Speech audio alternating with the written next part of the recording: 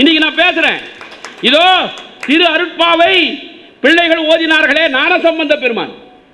ஞானசம்பந்த பெருமான் பாருங்க அந்த பிள்ளைகளை.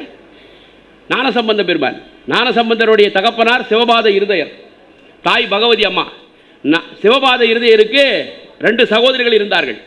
ஞானசம்பந்த பெருமானை வீட்டில் விட்டு வந்திருக்கலாம். அம்மா பார்த்துக்கம்மா, தங்கச்சி என் பிள்ளையை கொஞ்சம் பார்த்துக்க, நான் கோயிலுக்கு போய் வரேன். ஆனால் அழைத்து கொண்டே சென்றார்கள் கோவிலுக்கு.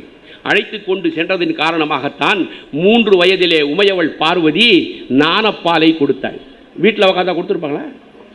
வீட்டில் ஞானசம்பந்தர் இருந்தால் வந்து கொடுத்துருப்பாங்களா? உமையவளே கோயிலுக்கு வந்தார்கள். அழைத்து வரணும், பழக்கத்தை பண்ணணும், பயிற்சியை பண்ணணும். இந்த அருட்பிரகாச வள்ளலார் ராமலிங்க சுவாமி யார்?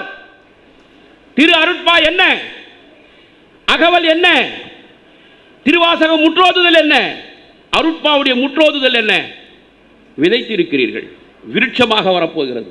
எவ்வளவு ஆனந்தம், எவ்வளவு ஆனந்தம், எப்பேற்பட்ட அந்த ஆனந்தம்!